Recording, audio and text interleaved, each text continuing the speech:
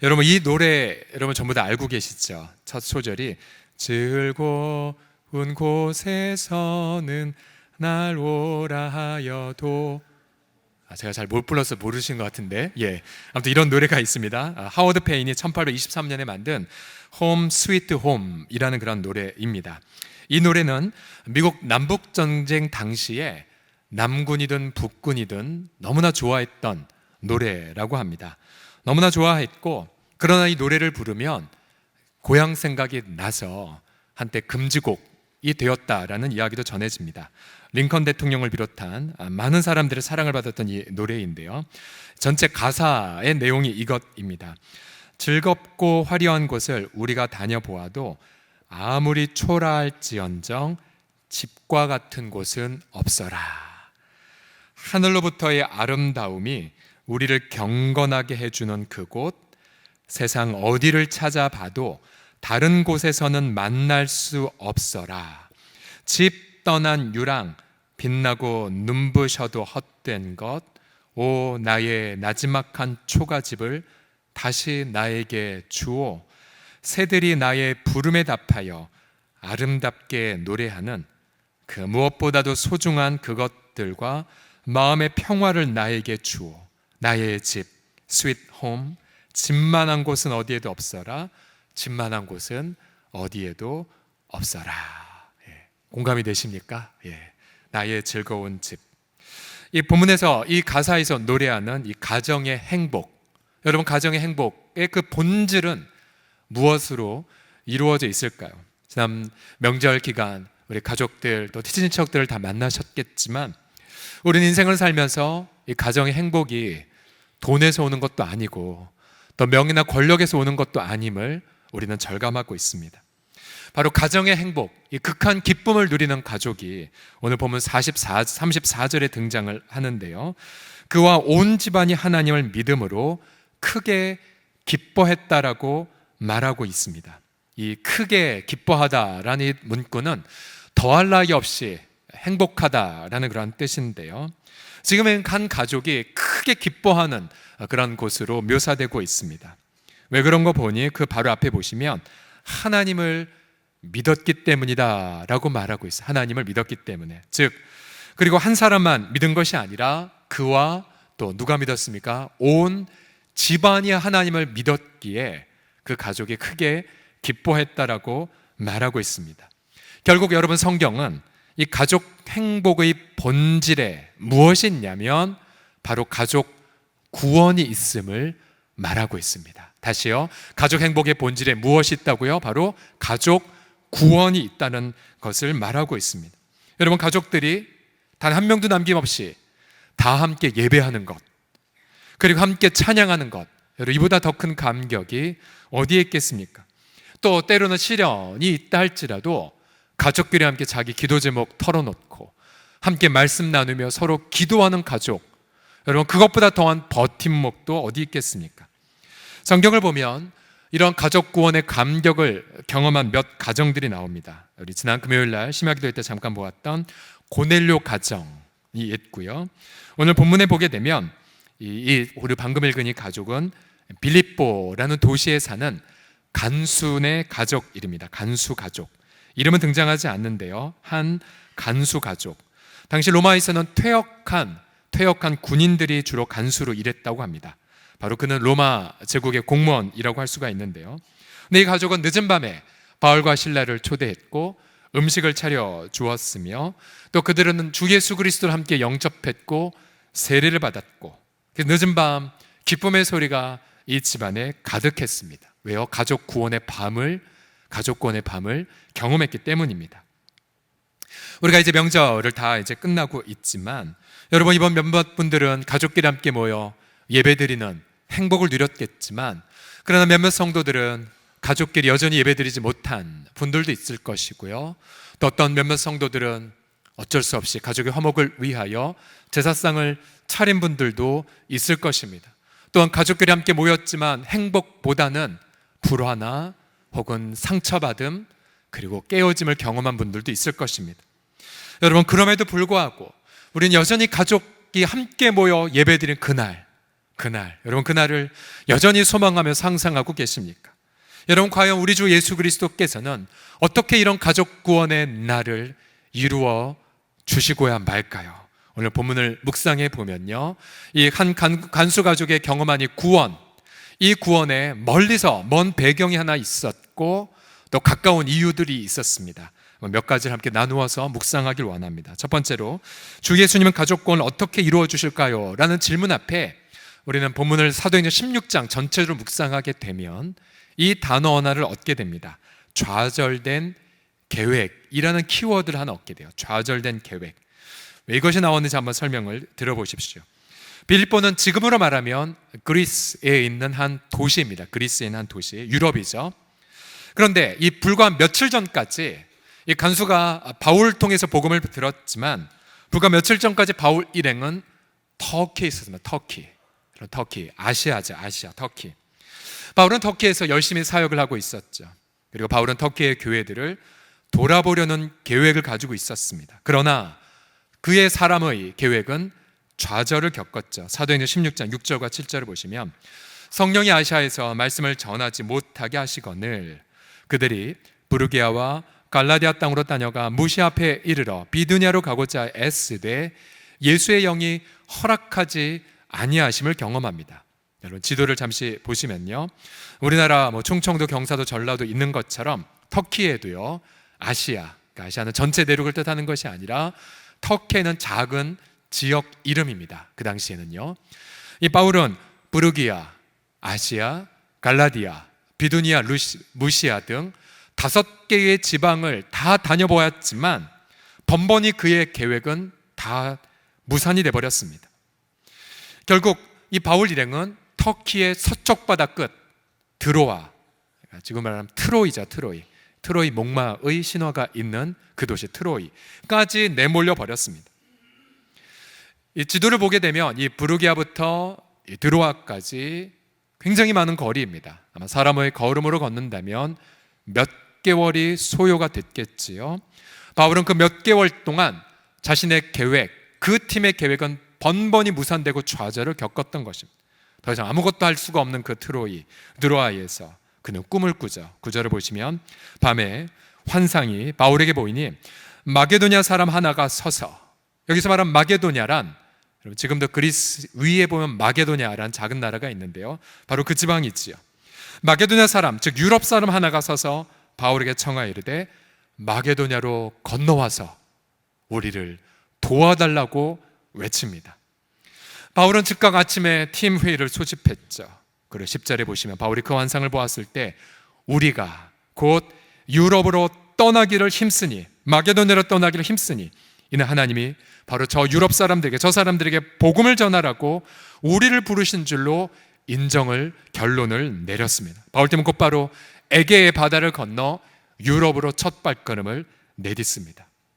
그러면 다시 오늘 본문으로 다시 돌아오시면요, 여러분 간수와 그 가족은 어떻게 바울을 통해서 복음을 듣게 되었습니까?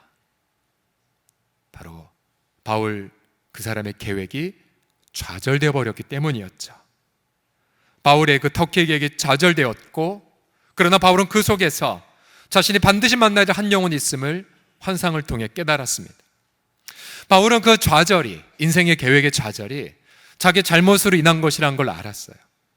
만약에 여러분, 만약 터키에서 바울이 그 수개월간 계속해서 번번이 자기의 계획이 다 좌절되어서 낙심을 해버렸다면 이 간수는, 오늘 우리가 봤던 이 간수 가족은 영원히 복음을 듣지 못했을 것입니다. 만약 바울이 낙심한 채로 방황했다면 여러분 간수 가족은 영원한 어둠 속에 버려졌을 것입니다. 그러나 바울이 그 속에서 낙담하지 않고 자신의 좌절의 계획 너머에 바로 자신이 섬길 영혼들이 있음을 깨닫고 바다를 건너갔기에 오늘날 이 가족은 가족 구원의 극한 행복을 경험했던 것이지요. 저는 중학교 시절에 그 당시 한 신설대 한 특목고로 입학하고자 여러 가지를 준비하고 있었습니다. 중3이 되었고 원서를 쓰기 시작했을 때 그때 담임선생님이 만류를 하셨어요. 경철아, 너 그 학교 가면 말이야 인격이 파탄된다, 가지마 라고 말씀하셨던 거예요. 그러면 지금 생각하면 담임 선생님이 이렇게 만류하시면 학부모들이 막 데모를 하셨겠지요. 그러나 그 당시에 저와 어머님은 그 만류를 수긍했어요. 반대할 수가 없었어요. 아, 그래 나한테 유익하지 않을 거야. 그러면서 결국 지역에는 한 신설 고등학교에 이제 입학을 했습니다. 별로 알려지지 않은 그런 한 학교였는데요. 근데 그곳에서 제가 누구를 만났냐면 예수님을 잘 믿는 친구들을 만났어요. 예수님을 잘 믿는 친구들. 그전에는 예수를 믿는 친구를 할지라도 말씀드렸죠. 초등학교 5학년 때 어느 한 예수 믿는 친구 저한테 다가오더니 경철아, 이거 우리 집에 별로 필요 없어. 이제 너 가져. 우리 교회 다니니까 하면서 준 선물이 뭐라고요? 석불을 나한테 주셨죠. 석불. 전도는 안 하고 석불. 그래서 저는 그 석불을 고1 때까지 제 책상에 지성소에 고이 모셨지 않습니까? 물론 영접하고 나서 모가지를 망치로 딱 두드렸었지만 깨뜨렸지만요. 근데 드디어 고등학교 가서 예수님을 잘 믿는 친구들을 만났어요. 그리고 예수님을 잘 믿는 선생님들을 만났어요. 이분들이 매주 수요일 날 점심시간마다 시청각실에 모여서 예배를 인도하셨었어요. 예배를. 저는 그 예배에 초대가 되었고 생전 처음 예배에 아름다운 화음으로 하나님을 찬양하는 것을 들었어요. 그리고 약 1개월 후에 교회로 처음 가게 되었고 다시 1개월 후에 여름 수련회 때에 예수 그리스도에 대한 복음을 난생 처음 들었죠. 하나님이 세상을 이처럼 사랑하사 독생자를 주셨으니 이는 저를 믿는 자마다 멸망치 않고 영생을 받게 하려 함이라. 그리고 그날 밤 예수님을 나의 주, 나의 하나님으로 마음에 영접을 했습니다. 그리고 다니기 시작했던 그 교회에서 바로 저의 평생의 반려자인 제 아내를 그곳에서 만나게 되었죠. 저는 후에 나중에 깨달았어요. 왜 예수님께서 내 인생의 어떤 부분은 좌절시키고 또 어떤 부분은 계속 한 곳에 마치 다람쥐 쳇바퀴 돌듯 전혀 변화 없이 머물게 하시고 어떤 것은 형통하게 어떤 것은 길을 막으시고 왜 그럴까? 나중에 아는 것은 바로 하나님은 나로 하여금 어떤 인생에 머물든지 간에 예수 그리스도를 깊이 있게 만나도록 제 발걸음을 인도하신다는 것을 깨달았습니다. 요한복음 17장 2절을 다 같이 읽어보지요. 시작. 아버지께서 아들에게 주신 모든 사람에게 영생을 주게 하시려고 만민을 다스리는 권세를 아들에게 주셨음이로소이다. 아멘. 보세요. 지금 열방의 주권은 미국도 아니고 중국도 아니고 일본도 아닙니다. 바로 우리 주 예수 그리스도이신데요. 예수께서 만민을 다스리는 권세를 어떤 목적으로 활용하십니까? 앞에 보시면 아들에게 주신 모든 사람에게 뭘 주게 하시려고요? 영생을 주게 하시려고. 그런 목적으로 주님은 지금도 열방을 또 나의 인생을 우리 가족의 인생을 통치하고 계십니다. 여러분 보세요. 여러분 어떻게 해서 우리 서울 서대문구 홍제동에 사시게 되었습니까? 여러분 어떻게 해서 홍은동에 혹은 서대문구에 사시게 되었죠? 또 비록 이 구에 살지 않아도 여러분 어떻게 해서 홍성교회 이름을 알고 이곳에 오시게 되셨습니까? 어떤 분은 자기의 계획과 상관없이 전출을 가시거나 파견을 받거나 아니면 나와 의지와 상관없이 진학을 하거나 진로가 결정돼 버리죠. 여러분 그 속에서 우리는 낙심도 하고 좌절도 하지만 그러나 우리 그 속에서 여러분 반드시 두 가지 질문을 던져보십시오. 내가 그 좌절된 계획 속에서 내가 만날 예수 그리스도는 누구이신가? 또한 그 좌절 속에서 물어보십시오. 하나님, 내가 여기까지 어쩌다 오게 되었는데 하나님, 내가 이곳에서 내가 만날 나의 마게도냐 사람은 누구입니까? 그럼 반드시 내가 왜 여기에 와 있는지를 해답을 얻게 됩니다. 왜요? 우리 예수 그리스도는 만민을 다스리는 권세, 바로 영생을 주시기 위해 지금도 통치하고 계시기 때문입니다. 요셉이 노예로 팔려 이집트로 간 것, 또 다니엘이 포로가 되어 바빌론으로 끌려갔지만 하나님의 계획은 절대로 좌절되지 않은 것처럼 우리 사랑하는 모든 식구들이요, 인생의 모든 환난과 어려움에도 불구하고 예수님의 구원 계획은 절대로 좌절되지 않음을 믿고 소망을 갖고 낙담하지 말고 기쁨으로 주 앞에 나아가는 우리 모두가 되시기를 예수님의 이름으로 축복합니다. 우리 앞사람 몸 이렇게 고백하겠습니다. 나의 마게도냐 사람 때문에 여기 있습니다 라고요. 시작. 나의 마게도냐 사람 때문에 여기에 있습니다. 아멘, 아멘. 예. 자, 두 번째 키워드를 보시면은 주 예수님은 가족구원을 어떻게 이루어 주셨는가? 바로 사도 바울 팀의 좌절된 계획으로 내 앞에 복음 전도자를 세워 주신 게 첫 번째고요. 두 번째 키워드는 이것을 얻었어요. 좌절된 직업을 얻게 됩니다. 좌절된 직업. 자신의 일터의 좌절을 통해 가족구원을 경험을 했다는 거죠. 간수가족은 더할 나위 없는 행복을 맛보고 있다고 말씀드렸지요. 그러나 시계를 다시 돌려서 불과 몇 시간 전 이 가장은 극단적 선택을 하고자 했습니다. 27절을 보시면요, 간수가 자다가 깨어, 어쩌면 간수는 잤기 때문에 감옥에서 울리는 바울의 찬양을 듣지 못했을 가능성이 많죠. 그리고 지진을 느끼지 못했을지도 모릅니다. 아니, 지진 때문에 깨어났을지 모르죠. 근데 중요한 건 간수가 자다가 깨었는데 보니까 그 눈앞에 펼쳐진 건 옥문들이 열린 거였었어요. 옥문들이 열려 있었습니다. 그 당시 로마법은 만약 자기를 지키는 죄수가 도망간다, 그러면 지키는 자가 죽어야 됐습니다. 죽어야 됐어요. 간수는 옥문들이 열린 것을 보고 뭐라고 생각했냐면, 죄수들 다 도망갔다, 난 끝났다. 그래서 결국 그는 칼을 빼어 자결하려 하였습니다. 자결하려 했어요. 그날 오후, 다시 시계를 돌려서 그날 오후 간수는 상관으로부터 엄한 명령을 받았죠. 23절을 보시면 간수에게 명하여 바울과 실라를 든든히 지키라 함을 받았습니다. 어찌 보면 이 간수는 평범한 직업인, 아니 성실하게 소임을 당하는 가장일런지 모르죠. 그래서 그는 명령을 받아서 바울과 실라를 깊은 옥에 가두었고 그 발을 착고에 든든히 채우기까지 했었습니다. 그러나 그날 밤 이 간수가 경험한 것은 이제 인생의 파탄이었죠. 그가 신뢰했던 직업 다 무너져 버렸고요, 퇴역한 군인이었다면 명예도 다 사라져 버렸습니다. 가장으로서의 책임 다 할 수 없었어요. 그는 그 순간 자기를 구원할 자 아무도 없다로 여겼고 결국 자살 외에는 아무 생각도 하지 못했던 것입니다. 지난 주간에 한국 자살예방협회가 펴낸 자살의 이해와 예방이란 책을 참 안타까운 마음으로 읽었고요. 또한 여러분, 명절 직후에 자살률이 명절 직전보다 더 높아진다는 통계조사도 보았습니다. 특별히 남성들의 자살률이요, 이 50대, 60대의 자살률이 명절 직후에 더 많아진다고 합니다. 이 땅에 많은 남성들이 이 간수가 자살하려고 했던 그 심경과 같은 고통을 경험을 하죠.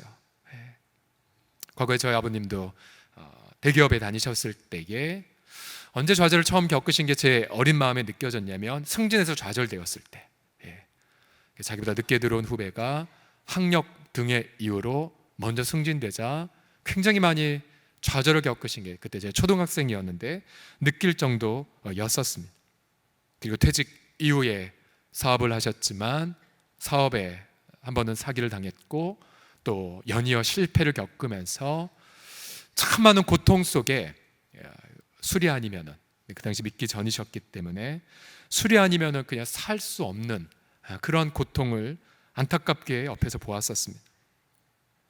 많은 남성들이 일터에서 기초가 무너지는 고난을 겪죠. 그래서 그 속에서 많은 남성들이 자신의 어떤 무능감 혹은 억울함, 분노감, 또 죄책감 등으로 고통하고요, 또 많은 분들이 우울증으로 밤잠을 이루지 못하고 술로 도피처를 삼고 하지만 그러나 술에 깨어났을 때에는 더 큰 지옥과 같은 그러한 고통을 겪죠. 간수가 칼을 들여 자살하려고 했던 것은 자기 인생의 최악의 악몽이 일어났기 때문이었죠.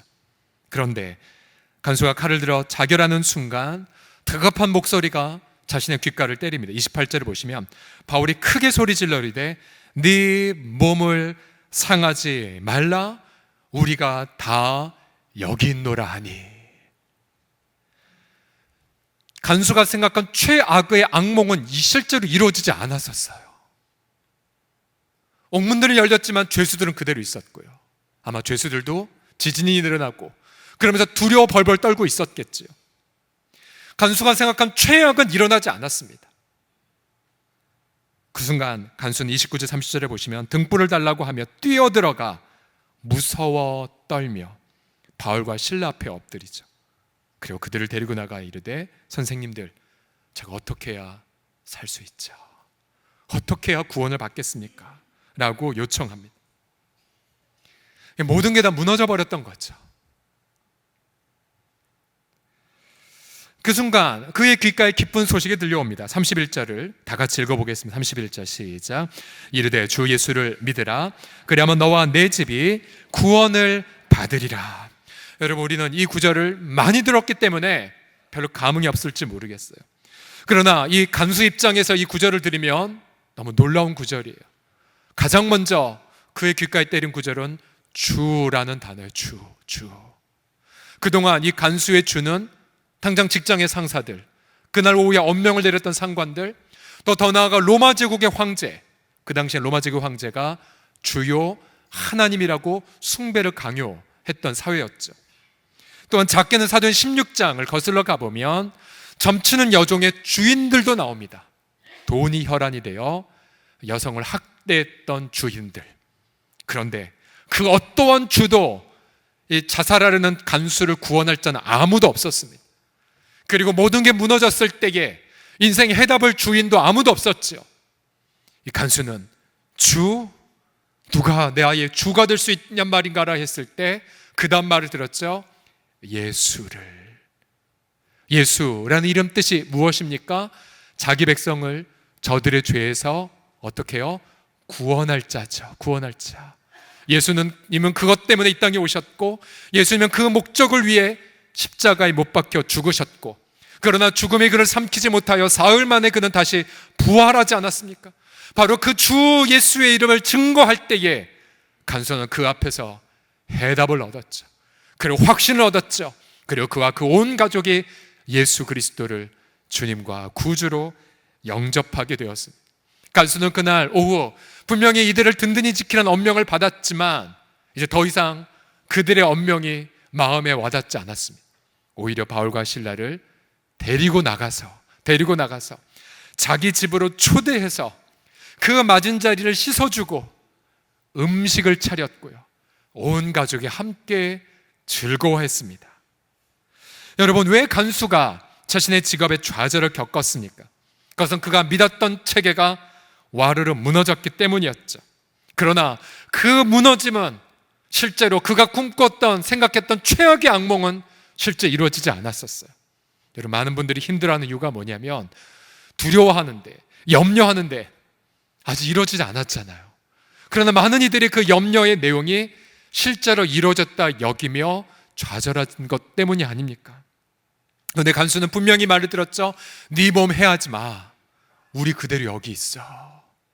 무슨 말이에요? 더 네 몸 다치게 하지 마. 자살을 생각도 하지 마. 너의 가장 생각한 최악의 악몽 일어나지 않았어.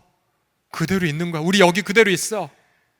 오히려 자신의 일터의 가장 큰 위기, 그 위기, 돈이 날아가고 명예가 날아가고 안전의 그 위험을 느낀다 할지라도 여러분, 우리 일터가 흔들리는 이유는 바로 그것을 통하여 진짜 인생의 참 주인 예수님을 만날 시간이 도래했기 때문입니다. 한국 최초의 성경 번역본을 만든 존 럭스 선교사, 그는 누가복음을 1881년도에 펴내면서 이 누가복음은 서상륜의 번역이라고까지 그렇게 말을 했습니다. 서상륜, 이분은 본래 홍삼 장수였었습니다. 비즈니스맨이었는데요, 만주까지 가서 장사라는 와중에 그만 만주에서 장티푸스에 걸려 쓰러져 눕게 돼버렸습니다. 그 당시 장티푸스는 이제 죽는 병이었었죠. 아무것도 못하는 그 상황. 아마 이 서상륜 씨도 알아 누우면서 간수와 같은 절망을 느꼈을지 몰라요. 이제 다 끝났다. 우리로 말하면 어떻게 빌린 대금을 갚고 어떻게 딸린 식구들을 먹여 살리지 등을 아마 생각을 했겠죠. 근데 바로 그때에 그가 입원했던 병원은 바로 만주의 선교회, 선교사님들이 세운 병원이었었습니다. 치료를 받는 과정에 선교사님들에게 복음을 듣고 결국 그도 간수처럼 예수님을 영접을 했죠. 1879년도에 존 로스로부터 세례를 받았고요. 그때부터 이 선교사님을 도와 이 성경을 번역하는 걸 완수했고, 훗날 언더우드 선교사가 들어오기 몇 년 전에 이미 자신의 품에 성경을 품고 들어와 의주 땅에 성경을 뿌리고 다시 황해도까지 내려와서 성경을 뿌리며 최초의 교회를 세우는 데까지 쓰임받게 되었습니다. 벌써 20년 전이 됐는데요, 저희 아버님이 이제 뇌출혈로 쓰러지셔서 중환자실 입원하실 때 아버님은 희미해져간 의식, 중환자실 들어가니까 정말 의식이 정말 꺼져가기 직전이었었습니다. 아버님에게 말했어요. 아버님, 예수 그리스도 영접하실 거예요. 그래, 내 영접하마. 그러면서 그 중환자실에서 저의 영접 기도문을 터듬터듬 따라 하셨어요. 그리고 다시 아버님 의식은 사라지셨고 8시간의 대수술을 받으셨습니다. 수술 다 끝났고 아버님 수술 동기들 하나씩 깨어났습니다. 근데 바로 아버님 병상에 바로 옆에 있는 분은 깨어나셨는데 눈을 떴는데 안타깝게 자신 앞에 있는 아내를 몰라보셨어요. 그분은 누구세요? 저는 염려했어요. 뇌출혈 수술의 후유증이 크기 때문에 아버님 상황이 굉장히 심각했거든요. 간호사가 여쭤봤어요. 오늘 무슨 요일이에요? 우리 지금 어느 나라예요? 아버님 또박또박 대답하셨어요.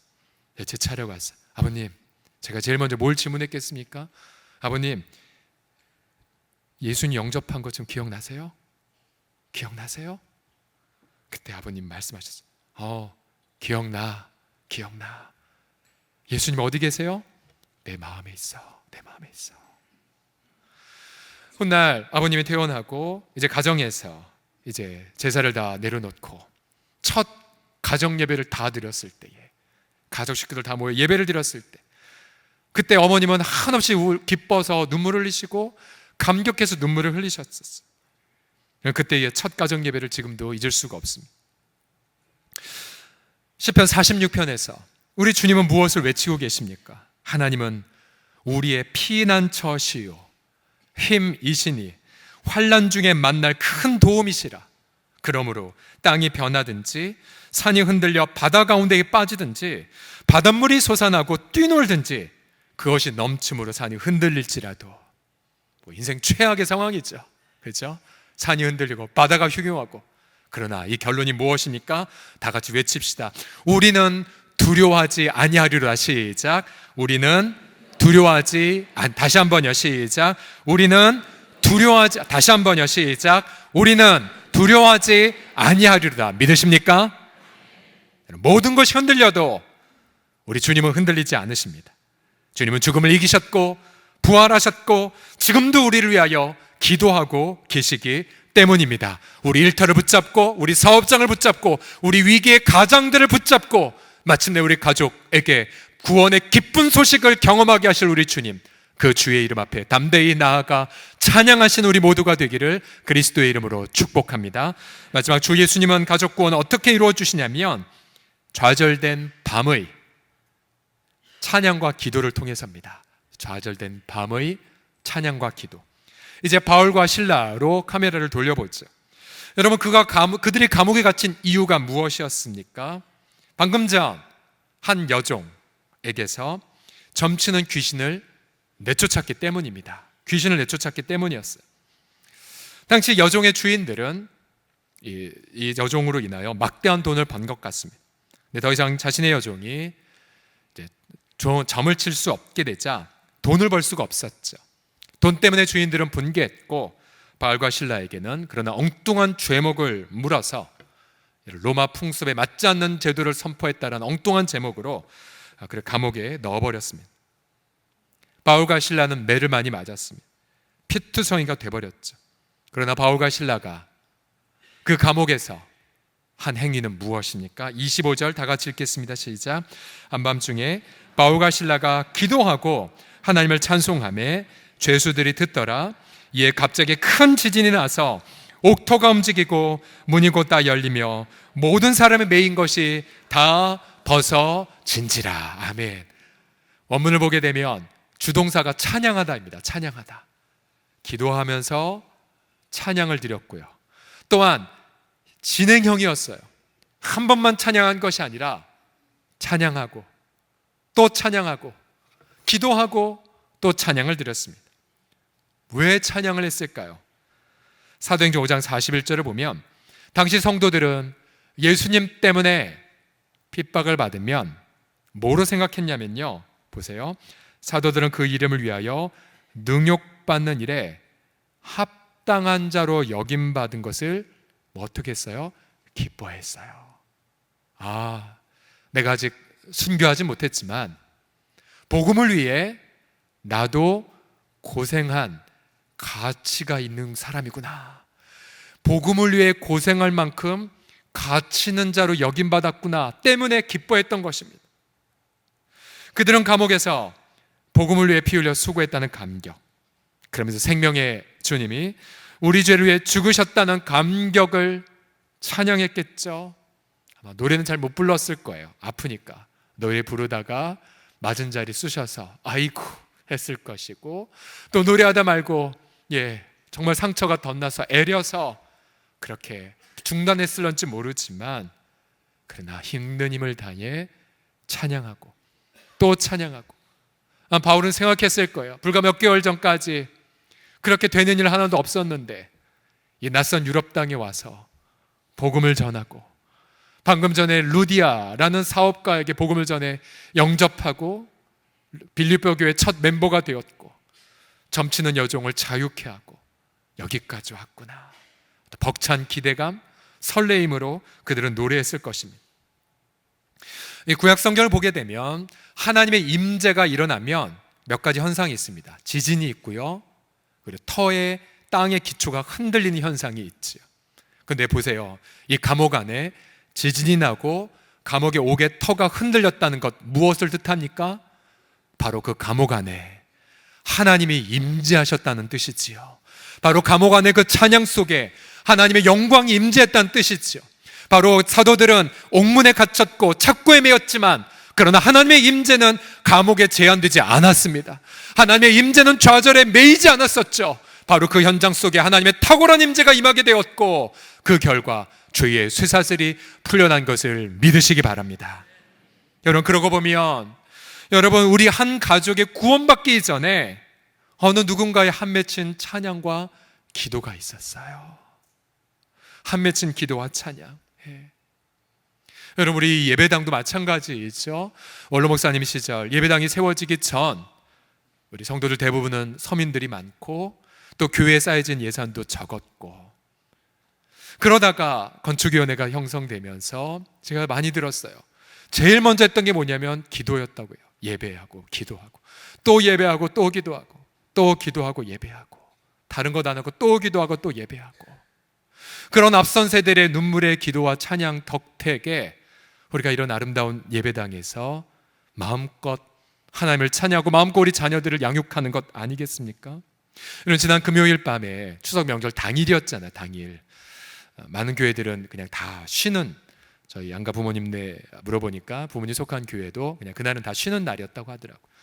근데 저는 명절날에 그 아픔을 겪었기 때문에 가족 구원이 다 이루어지지 않아서 고등학교 때는 제사드린 당숙 어르신을 피해서 도망 다녔고요. 제가 이래봐도 지방을 썼던, 서예학원 다녀 지방을 썼던 사람이었거든요. 손글씨는 됐다 못 쓰지만 서예는 되게 잘했었거든요. 한글로. 당숙 어르신 피해서 막 도망 다녔고, 제사 음식 너무 싫었고, 하나님 언제 구원의 날이 오게 할까요? 그래서 저는 나름대로 명절이 아니야, 이건 악절이 악절, 누가 만들었어, 막 그렇게 혼자 했었던 사람이었습니다.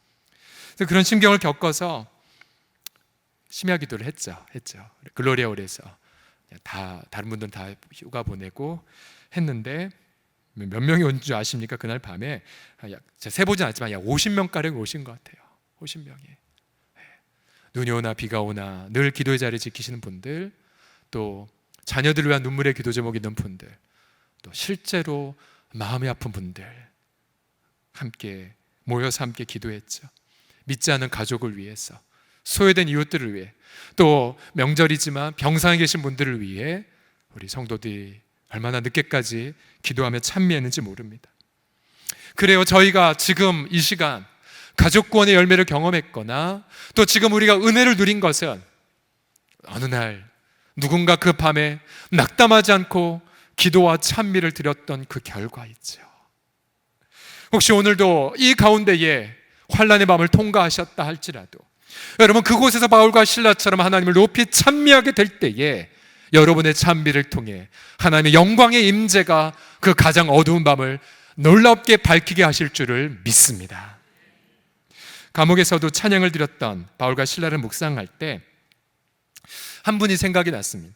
바로 복음을 증거할 때 늘 그 앞에서 찬양을 먼저 하셨던, 그러면서 복음을 증거했던 문중경 전도사님. 17살의 나이에 증도, 신안군의 앞바다에 있는 증도의 한 집으로 시집을 가셨고요. 지금 고등학교 나이이죠. 결혼 첫날 갔지만 남편은 보이지 않았죠.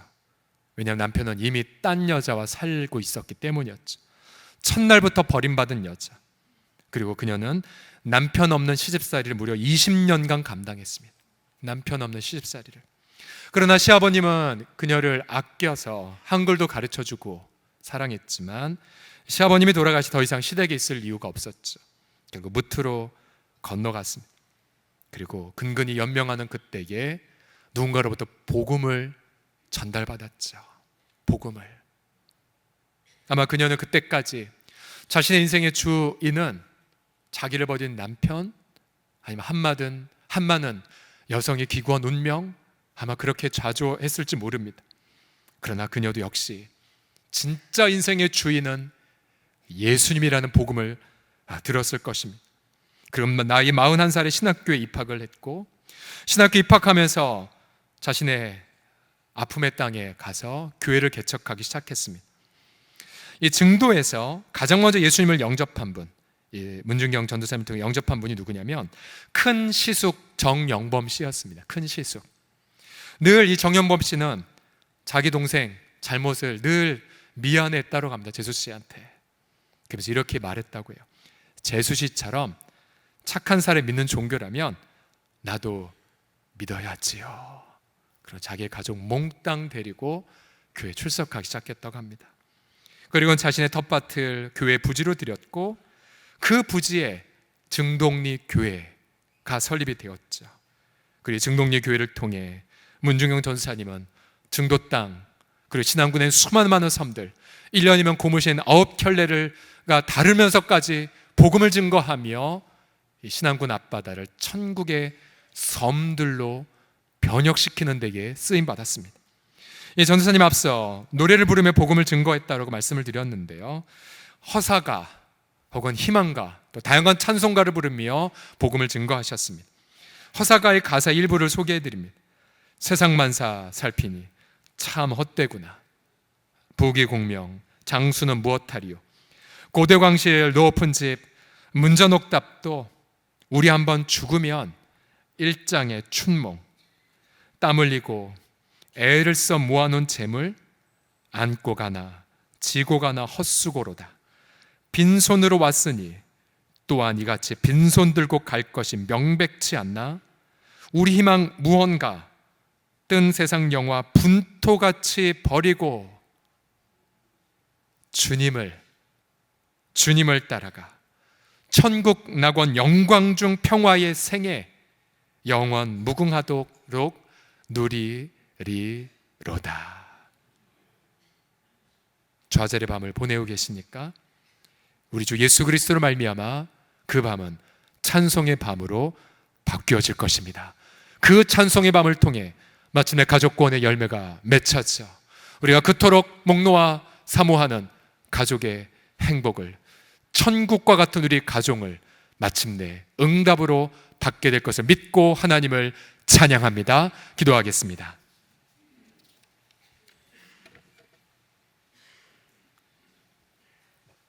주여, 지금도 명절이면 방황하는 우리 자녀들을 뒷모습을 바라보며 눈물 흘리는 우리 어르신들의 마음, 또한 명절이 될 때에 아버지 여러 가지 일터의 염려와 걱정으로 인해 심한 부담감을 갖고 있는 많은 이들, 또 소외된 이웃들, 병상에 계신 분들, 그런 분들이 많이 있지만 우리 주 예수여, 우리를 부르시사 우리로 사도 바울처럼 실라처럼 한밤중에 하나님을 찬미하고 기도하는 자들로 우리를 불러주심을 감사드리나이다.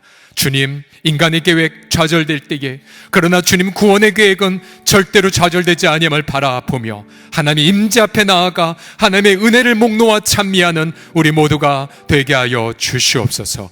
예수님의 이름으로 기도드립니다. 아멘.